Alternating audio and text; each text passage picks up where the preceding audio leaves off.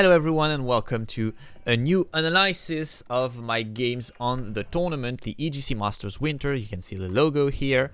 This is a tournament organized by EGCTV. Don't hesitate to go and watch them, of course, because this is a very cool tournament. There will be a lot of stuff, of course, in this tournament. Don't hesitate to come and watch it. Here I'm playing in this tournament in the qualification stage.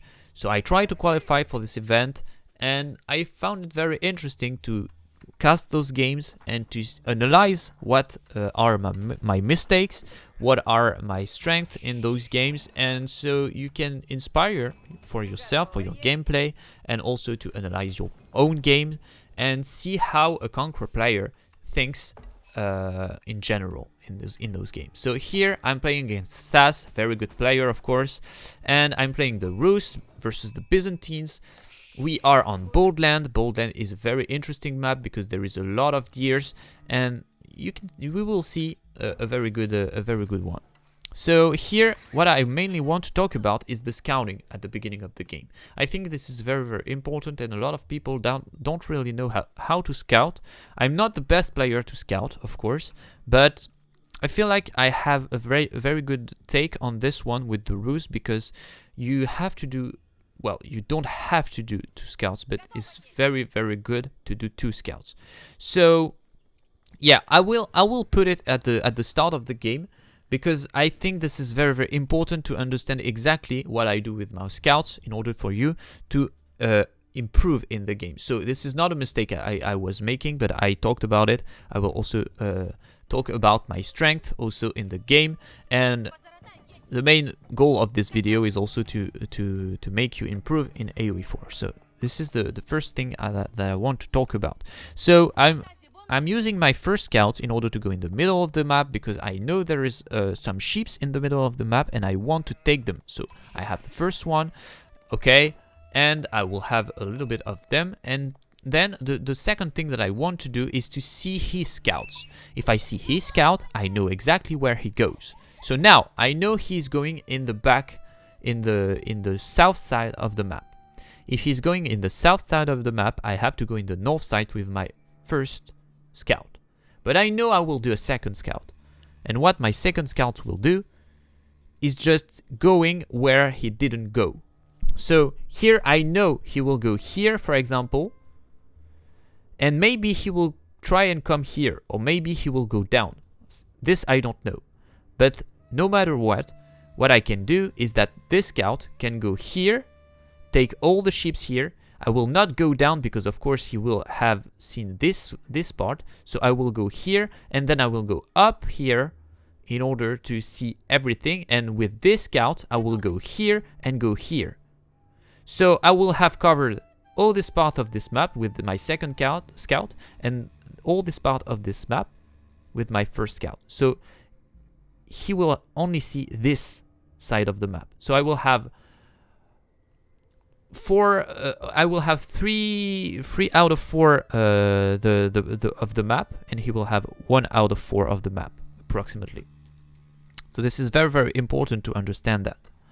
I know where he is going, so this is very cool. You have to know exactly where the scout of your enemy is, and of course this is an example with 2 scouts, and there is not all your games will be with 2 scouts, of course, but I think this is very interesting with the Rus, especially because you don't want to make your second scouts with the town center, so you have another timing on your second scout. So this is very interesting to analyze it. And if you play Rus, you will have a very good stuff with that that tip and trick, of course, that little tip.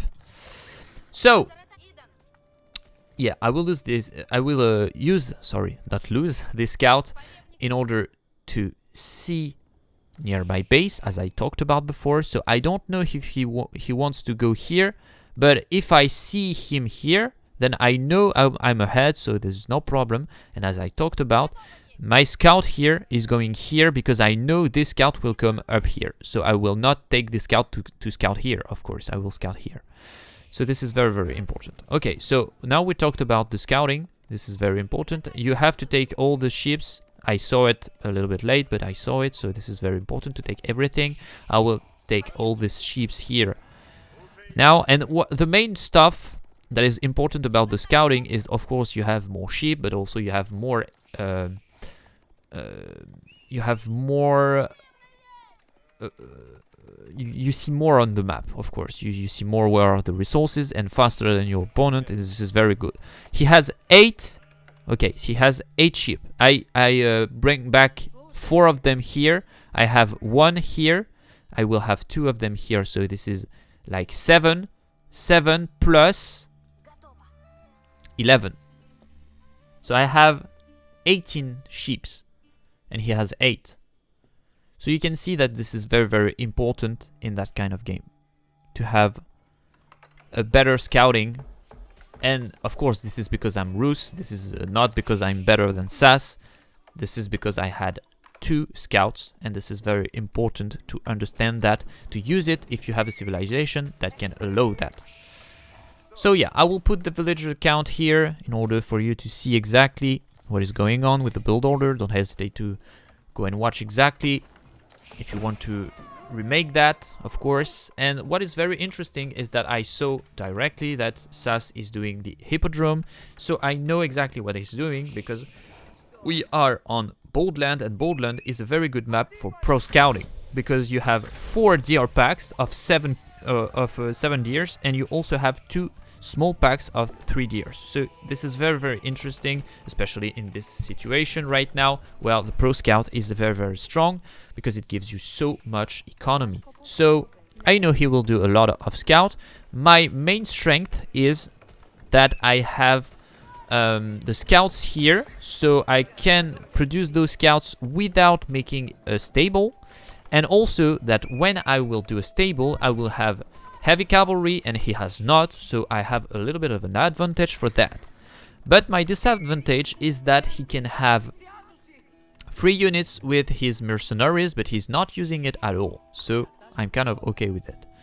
Okay, now I have these professional scouts. I will gather all those deers, and I think that I have, well, we have the same amount of scouts, and this is quite interesting because I don't have to make this stable in order to have that, but he doesn't have to either, because he has his imperial hippodrome, of course, so he doesn't had to pay for this landmark. He doesn't have to pay 150 of wood, of course. So this is very interesting to see that.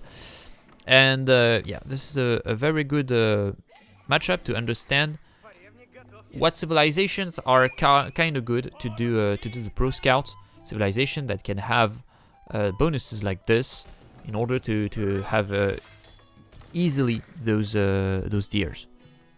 So yeah, here we will fight, of course, for those deers. And what is very interesting is that he has his horsemen before me, because he has this imperial hippodrome, so he already has his stable, and I don't. So he has a better timing on this, so he can stop me from taking those deers, and this is a very good job from him. But I will have, as I said before, a heavy knight, so I will destroy his light cavalry, of course. So I try to stay alive with my scout. If I can't take those deers, I don't take them. This is very important to understand. And I try to take at different spot those deers. And I try to make a lot of scouts in order to have the more as I can of those deers, because this is very, very important for the Rus. And that's mainly why he did this gameplay, I feel like, because Byzantines don't really need these pro scouts. They have a very good economy without that. But if he let me have all those deers, this is insane for me, because I have a very good income from food, but also because I do a lot of gold also from it, because the Rus can do with the how is it called, the bounty. You can have a very good bounty, and then you can have a lot of gold. You can have also a better food income, etc. with all of this. So a very good composition from him. He knows that I will do some how is it called, some knights, so he will do a lot of Limitane. Very good composition from him. And yeah, the thing with the Rus is that you can exchange your resources, so this is quite interesting. I don't feel like I made mistakes here, except losing this this scout, a second one. This is not very good, of course. He's making a really good job at defending those deers, but I feel like it's kind of even right now in the game. And I will destroy this army, of course, after. Right now, I think I can take the fight, and I will take it because I have those knights, and they are very good in this situation. And he doesn't have enough limitane. Now he has more, but I take them one by one, so it's kind of okay what is happening. What I can do here is, this is not a very good micro. I have to be careful about that. Maybe I was microing those scouts, but I have to be very careful about that because all his horsemen were killing all my archers, and now I'm using... Ooh, this is not good at all. I have to be more careful about what I'm microing. But yeah, this is okay-ish. What is very interesting with his build is that he's going H3 very fast, while I'm not, because I do units that cost more resources. And I feel like he made a very good push to me, and forces me to do a lot of units. And what I should do, I think, is, yeah, it's cool to take all those deers, but I can use one scout in order to see exactly what he's doing in his base. This is quite difficult to do, but I feel like it's very important, because if you don't do that, you can be surprised of the fact that he's going H3, and that's the case. And that's the case in most situations, I feel like. With all my games I watched on this tournament, I feel like I'm always behind in those ages. I age up too slowly, I think. So this is very interesting to see that. And don't hesitate to go and watch those other games I analyzed on this tournament. Of course, I did 3 other ones, and yeah, I feel like yeah, I have to be better on those age ups. Be more careful about that, and having, because I have a lot of army, but it's not useful at all because I cannot do damage to him. And now if I go in right now with this army, then it's not gonna be good, because he will have, like, for example, Varangian Guard, sorry, it's difficult for me to say it, or Cataphracts, and then he will destroy my army. So I have to wait to go H3, sorry, and this is too slow. This is too slow. I have to be more careful about that.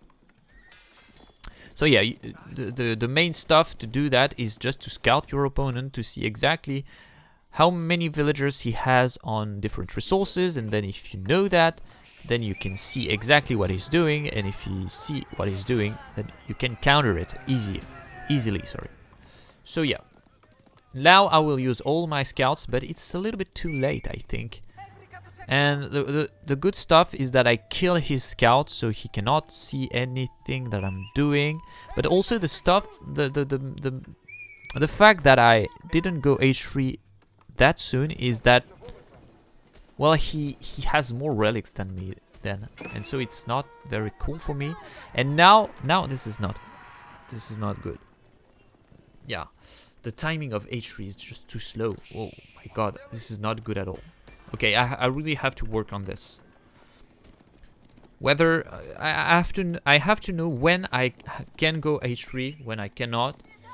I have a good civilization staying H2, and he has not, so he will not continue to push that much. So I have to start going H3 sooner, I think. Yeah.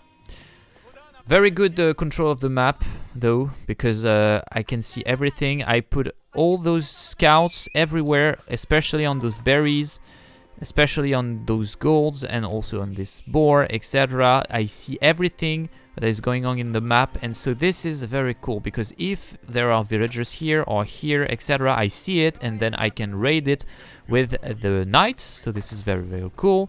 When I go age up, I click all my technologies, so this is very nice. I also use all my Golden Gates tickets, so this is cool. I also make immediately some monks, So this is nice. There is nothing to say about that. There is more something to say about the timing of the H3, but when I go H3, it's okay. I click everything, so this is fine.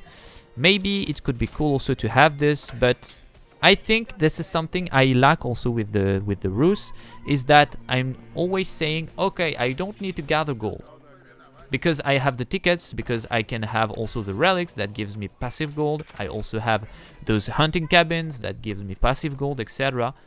But at sometimes you really need some gold, and here I think I really need a little bit of gold. Instead of having so much food, I don't need that food. I need more gold.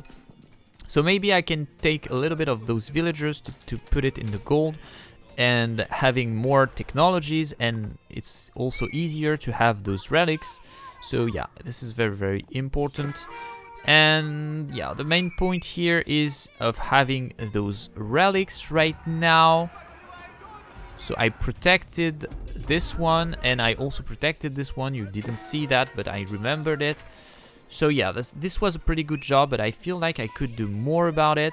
I have more army than my opponent from a long time, and I didn't take any advantage because I'm behind in those technologies, and I have so many resources that are not spent. So this is not good at all. I have to be very careful about that, and having better timing, and also yeah, I think a better gameplay in general.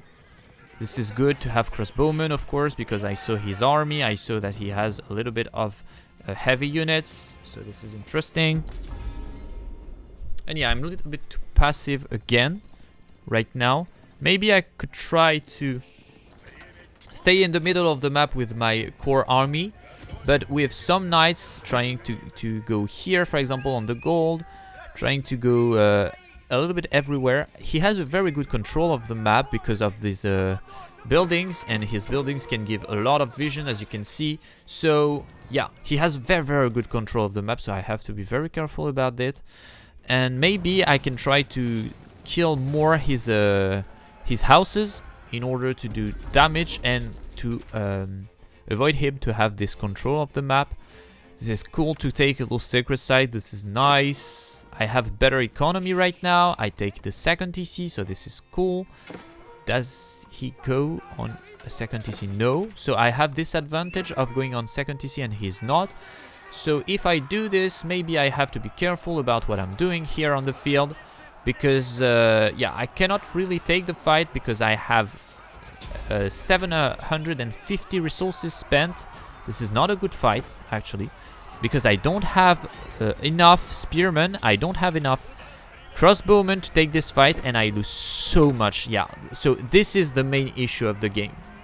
I went on a second TC and I go out in the map. This is not how it's working. You have to be very careful, and a lot of the time I'm doing this shit. Like, why am I doing this?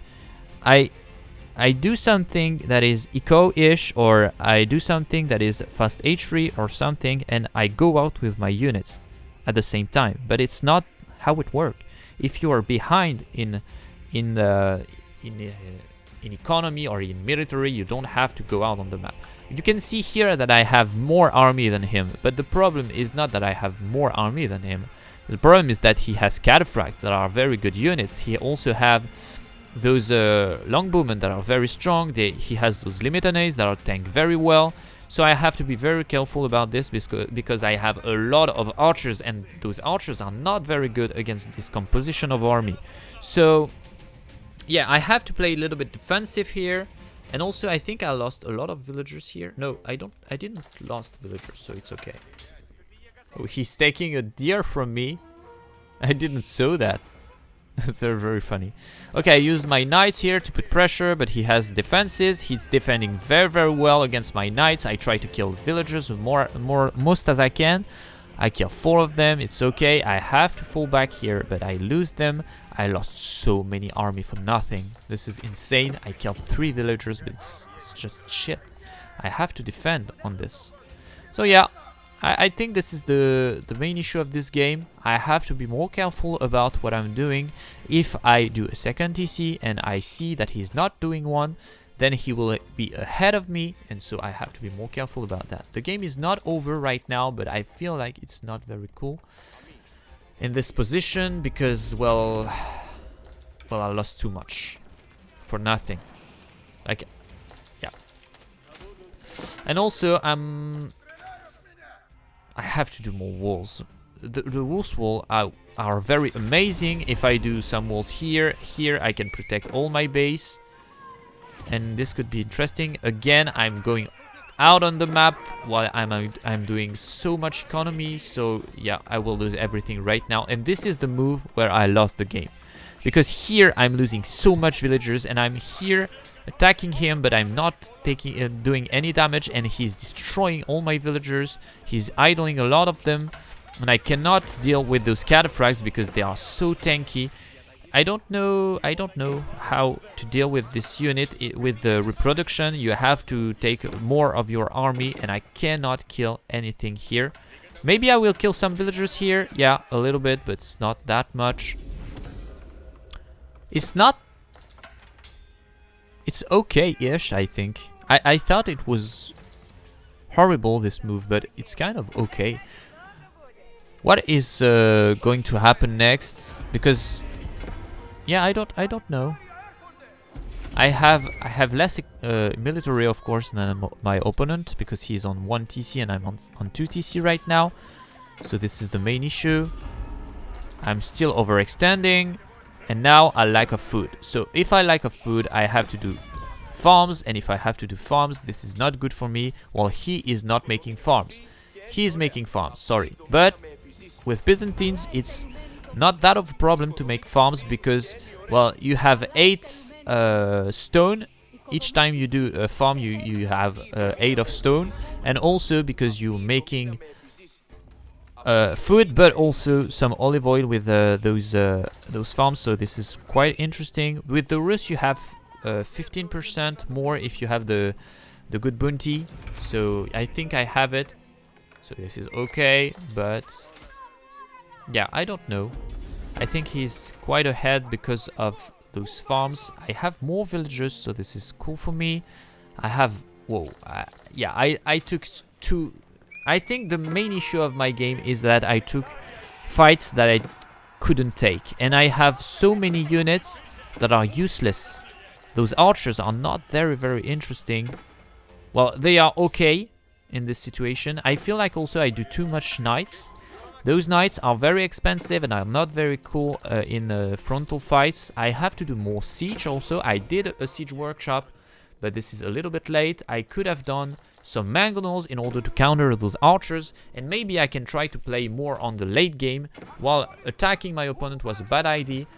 Tanking in my base, making 2 or 3 TCs and waiting for my opponent to attack me is a better solution, I feel like, but that's not the gameplay I like in AoE 4, of course, but sometimes you have to do it. This is very important. And yeah, he's taking the control of the map. He's putting a keep here, he has gold, he has the 2 sacred sites, and I feel like at this point of the game this is over because I cannot deal with this army. He has so much of it. I have to be careful about the Landskenet. I think I sniped them, so this is okay. Oh, I have a lot of my army that is not taking this fight, so this is not cool. He has so many longbowmen, and yeah, I feel like at this point of the game I cannot really win, so I quit the game. I feel like this was okay-ish.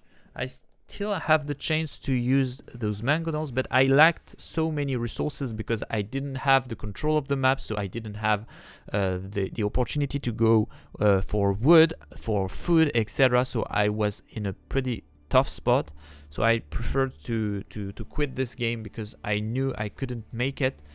But I feel like I overextended too much, and this is something that happens a lot with me.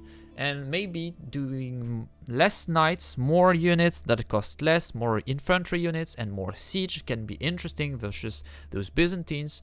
So yeah, this is pretty much all for this analysis. Don't hesitate to tell me if you are interested in those analyses, if you liked it in the comment section, and don't hesitate also to like this video and to subscribe, of course, if you want to see other content on AOE4. I will do a lot of different stuff, analysis, casted games, and also interviews, and a lot of different stuff of events on AOE4. Don't hesitate to come and watch me also on Twitch if you're interested in. Sometimes I do some stuff in French, sometimes I will do some stuff in English, but if I'm doing stuff in French, don't hesitate to come and talk in English in the chat. I will be glad to answer to you. And yeah, my goal here is to share the most on AOE4. I'm really glad to do it, and I hope you enjoy it. See you in the next one. Ciao.